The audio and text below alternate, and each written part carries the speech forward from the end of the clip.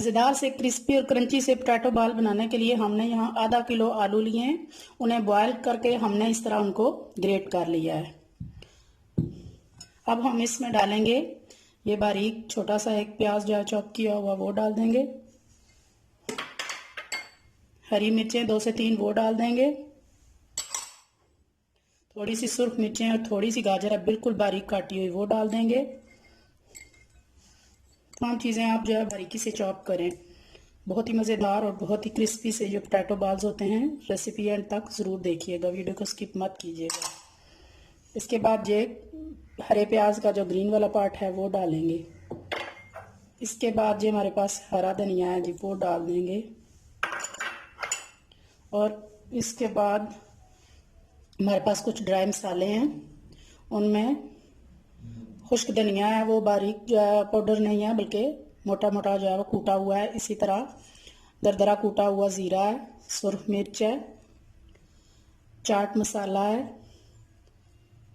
थोड़ा सा अनारदाना है और सुर्ख मिर्च कुटी हुई और नमक है। ये चीज़ें आप मसाले जो है मिर्चें तमाम अपने जायके के हिसाब से जो है वो आप कम और ज़्यादा कर सकते हैं। वे सारे इसमें जाएंगे। और अब आखिर में एक फ्रेश नींबू इसमें छोड़ देंगे। नींबू जो है वो इसको बहुत ही स्पाइसी सा खट्टा सा जो है वो टेस्ट देगा। अब हम इन सारी चीज़ों को जो है वो मिक्स कर लेंगे। हमारे आलू जो है वो ठंडे हैं, पहले से बॉयल किए हुए थे। ये चीज़ें जब भी आप आलू की कोई भी जो है रेसिपी उबले हुए आलू के साथ बनाएं तो कोशिश करें कि ठंडे आलू जो है वो इस्तेमाल करें।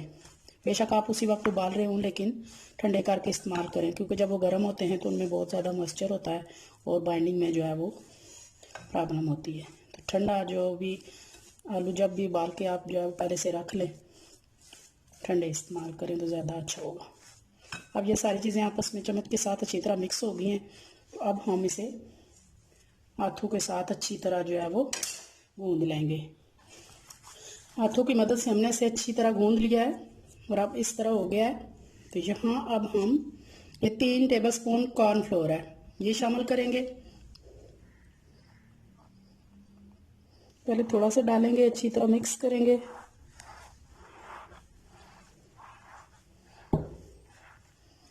ये हमारे जो है वो पोटैटो बाल्स को बाइंडिंग में मदद देगा। डो को हमने बिल्कुल आटे की तरह जो है वो सख्त गूंदना है।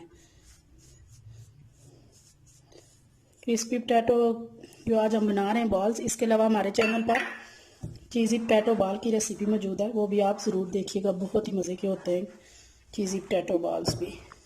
तो आज हम चीज़ के बगैर सिंपल जो है वो थोड़ी सी चीज़ों के साथ झटपट बन जाते हैं, वो वाली रेसिपी बना रहे हैं। अच्छी तरह हम इनको गूंद लेंगे। अच्छी तरह गूंदने के बाद ये इस तरह एक डो की शक्ल में जो है वो हमारे आलू आ गए हैं। तो अब हम जो है वो एक प्याली में थोड़ा सा ऑयल लेंगे, उसको हाथों पे लगाएंगे और इसके बिस्मिल्लाहिर्रहमानिर्रहीम बॉल बनाना जो है वो स्टार्ट करते हैं।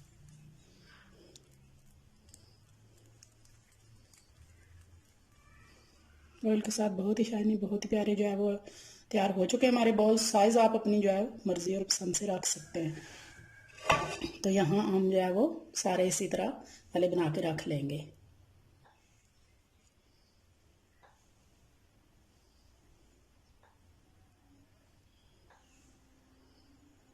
यहाँ हमने काफ़ी सारे बॉल बना के रेडी कर लिए हैं। तो अब हम चलते हैं इनको फ्राई करने की तरफ।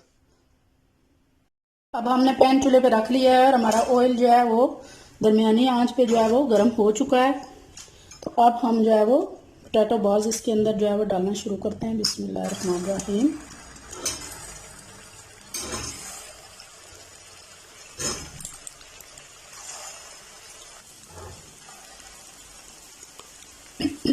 अब हमने थोड़ी देर इनको बिल्कुल नहीं हिलाना।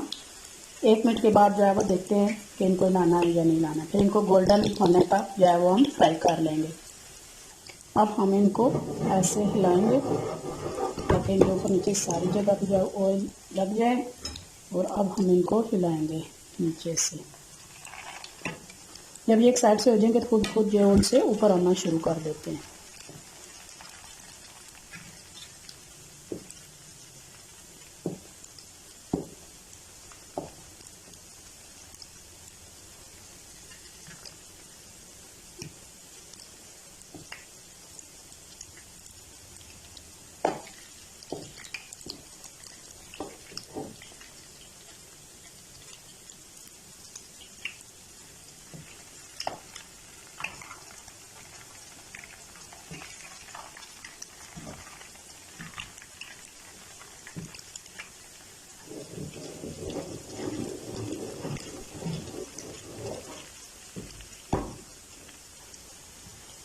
थोड़ी थोड़ी देर बाद इनकी साइड जो है वो हम हिला जुला के ऐसे चेंज करते रहेंगे। हाफ डन हो चुके हैं, थोड़े से और कलर गोल्डन हो, क्योंकि ये ऑलरेडी हमारा पका हुआ है सारा मेज़ा, ज़्यादा देर इसको पकाने की ज़रूरत नहीं है, बस गोल्डन फ्राई होने तक इनको फ्राई कर लेंगे। माशाल्लाह माशाल्लाह आप देख सकते हैं कि बहुत ही क्रंची गोल्डन सा कलर जो है वो हमारे पोटैटो बाल को आ गया है। अब हम इनको निकाल लेते हैं।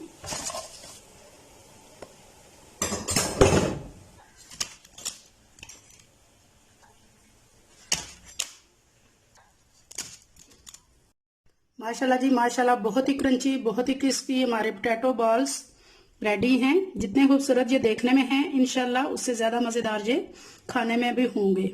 आप भी ये रेसिपी ज़रूर ट्राई कीजिएगा। अगर ये रेसिपी पसंद आई है तो प्लीज़ लाइक कीजिएगा, दोस्तों में शेयर कीजिएगा, और अगर मेरे चैनल पर नए हैं तो प्लीज़ सब्सक्राइब भी कर दीजिएगा। अपना बहुत ख्याल रखिएगा, मुझे दुआओं में याद रखिएगा। शुक्रिया, अल्लाह हाफिज़।